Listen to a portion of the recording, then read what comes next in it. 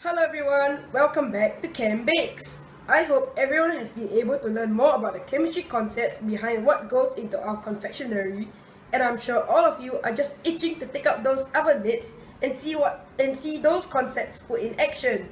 So today, we'll be making a really simple dark chocolate cake recipe. Yummy, easy, and I'm absolutely sure it will turn out to be just like that instance when oxygen went up with a date with potassium. Okay, here's what you need. We will require 125 ml of boiling water,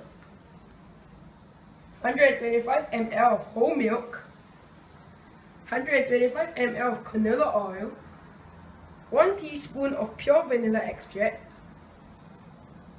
half a teaspoon of lemon juice, 1 whole egg,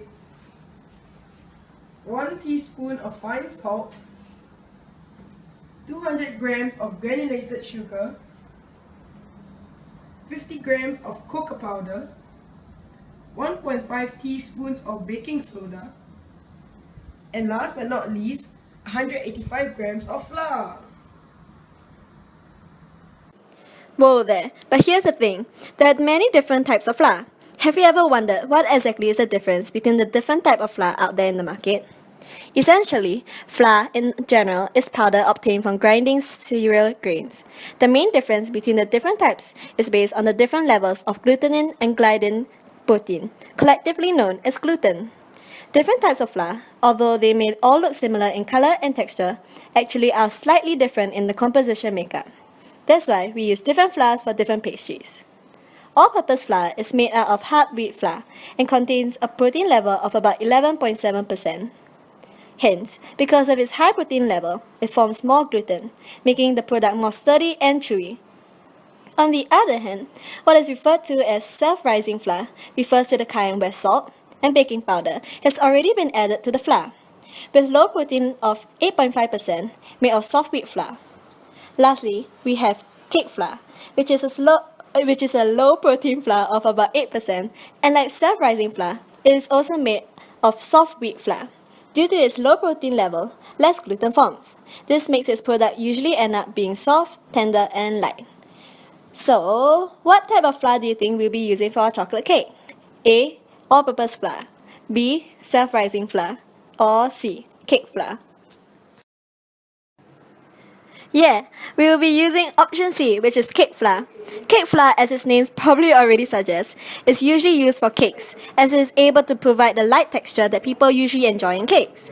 While all-purpose flour could successfully be used to bake the cake as well, due to the difference in protein levels, this would cause the cakes to have a different texture.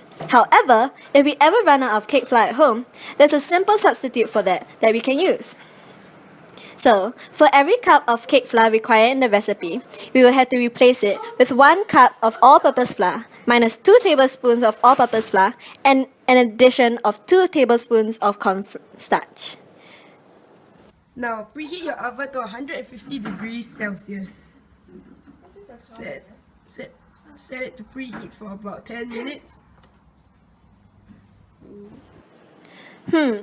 Ever wondered what is the importance of this high temperature that we also commonly see whenever we are baking? Why do we require this high temperature? A lot of things happen when you place your cakes, cookies, and breads in a hot oven to bake, like chemical reactions, phase changes from liquid to gas, and other exciting things. It is important for your baked goods to be subjected to different temperatures to enable it to be cooked efficiently and so that all of the required chemical reactions are able to take place.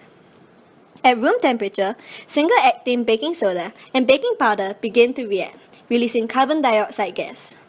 Above 32 degrees Celsius, fats melt and tenderize the baked goods. But at this stage, the fats also release trapped air and water, which contributes to the rise of the baked good as the water evaporates and the gases escape. Around 57 degrees Celsius, microorganisms die. As temperature rises above 60 degrees Celsius, eggs and gluten proteins begin to dry out, stiffen and set, and starch granules begin to absorb water as well. This process is called gelatinization. And when more water is absorbed, this will cause the batter to go from fluid to a solid. 150 degrees Celsius is a solid temperature that helps all these steps to happen in a speedy, efficient fashion, so that, for example, cake batters yield fluffy, light, tender cakes, and not flat, chewy discs of cooked dough. Okay, back to the recipe.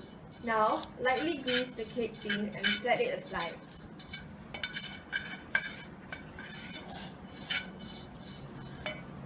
Small bowl, mix together your dry ingredients, your flour, sugar, cocoa powder, and baking soda. Remember to sieve them to avoid clumping.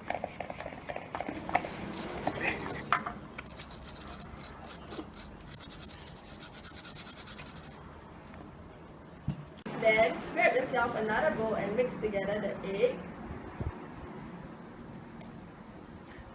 salt, milk,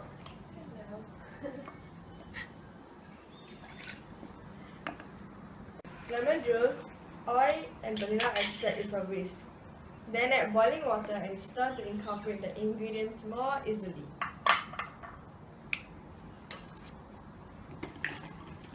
Recall the Maillard reaction we learned in a previous video. In this case, egg provides the protein needed for this reaction to take place.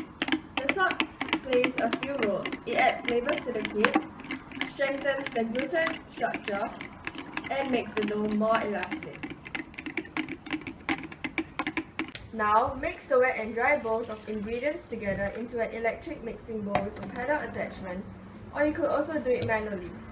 Fold in the ingredients until they are just combined, which is when you no longer see any liquid cake batter in the mixing bowl. But remember not to overmix the batter. When the batter is mixed for too long, the sugar will disperse more and react with the protein in the batter. This will cause the protein network of the cake to destabilize and weaken and thus break easily. Other than this, the leavening agents will also react more as a result of overmixing and reduce the expansion of the air pockets, causing the cake to be shorter and more dense.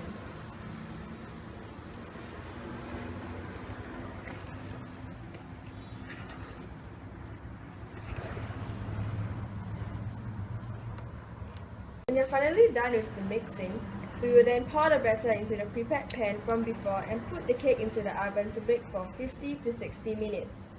When you think the cake is ready, you can insert a cake tester or simply insert a fork into the cake and check if it comes out clean.